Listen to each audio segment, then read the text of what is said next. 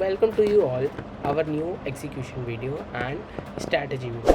तो आज हम पढ़ेंगे हैमर कैंडल के बारे में।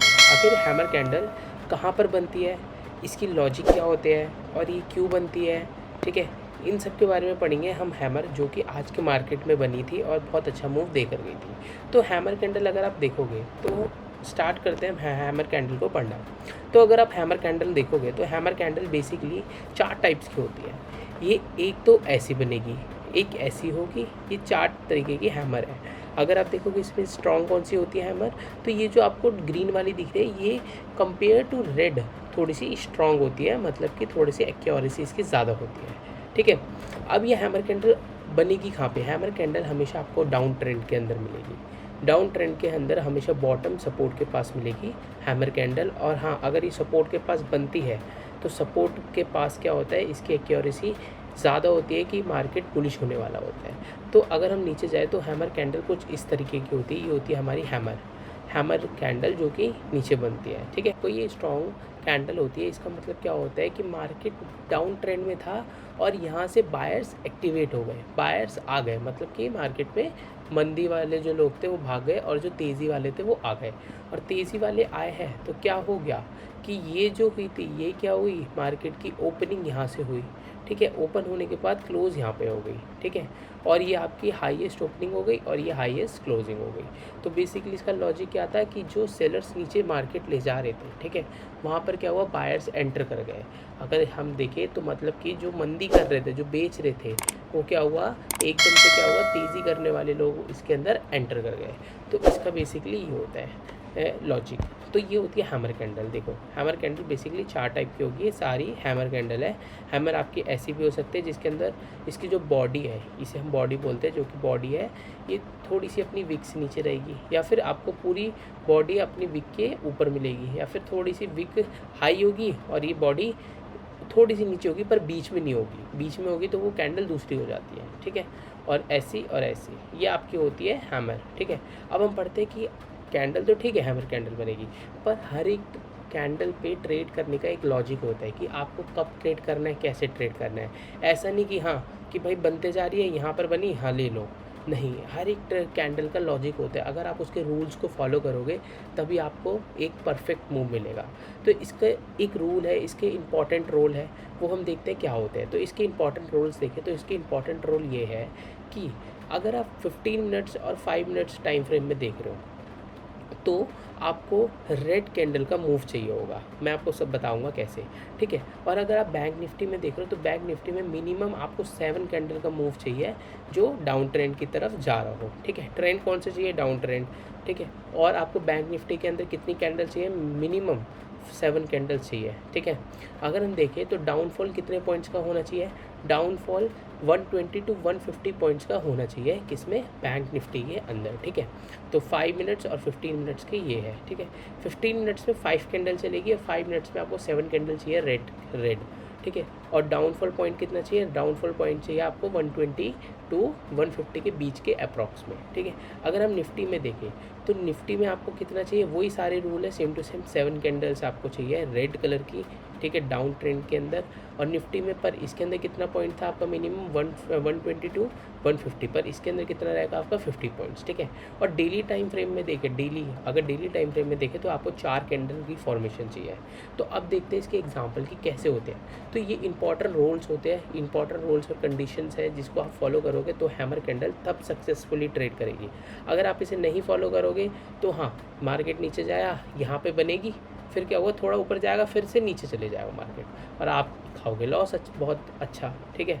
तो हैमर कैंडल को हमेशा इसके रोल्स को देख के और कंडीशंस को देख के आप करिएगा ट्रेड, ठीक है। और ये हमेशा कहाँ पे मिलेगी आपको, बॉटम कैंडल पे मिलेगी।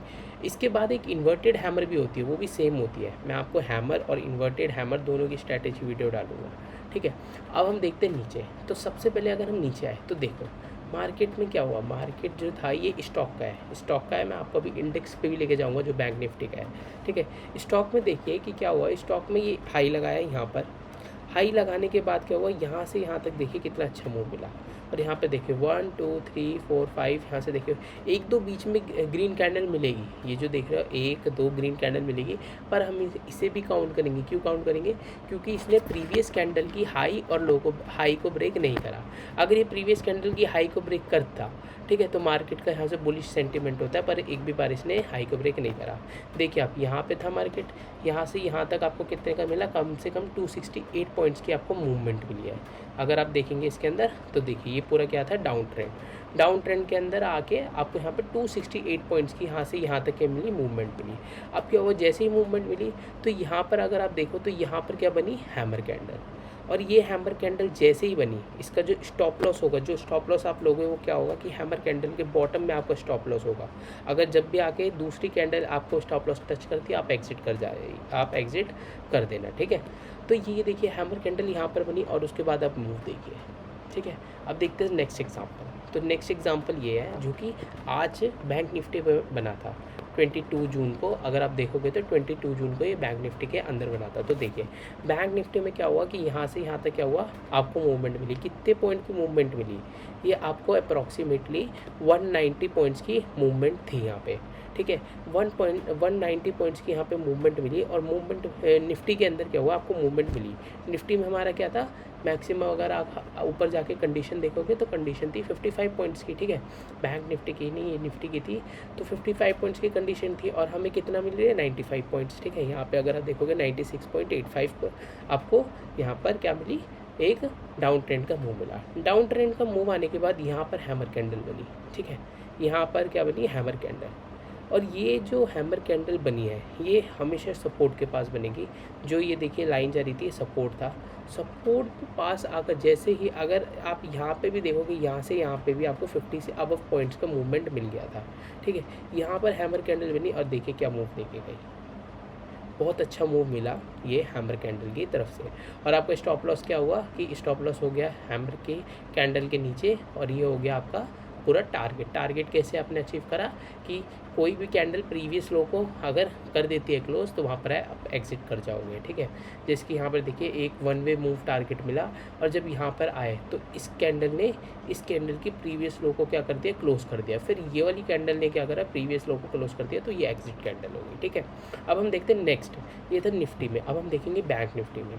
तो निफ्टी बैंक में देखिए, निफ्टी बैंक में क्या हुआ कि ये देखिए मार्केट क्या था, डाउन ट्रेंड था। मार्केट का अगर आप मूव देखोगे पूरा डाउन ट्रेंड में था, देखिए डाउन ट्रेंड में था, और यहाँ से यहाँ तक आपको कितनी 199 पॉइंट्स की मूवमेंट मिली। 199 पॉइंट्स की मूवमेंट मिलने के बाद यहाँ पर क्या हुआ, हैमर कैंडल बनी, और हैमर कैंडल के बाद देखिए जो आपको स्टॉप लॉस रहेगा वो उसके बिलो पे रहेगा, और देखिए उसके बाद मूव कितना अच्छा मिला।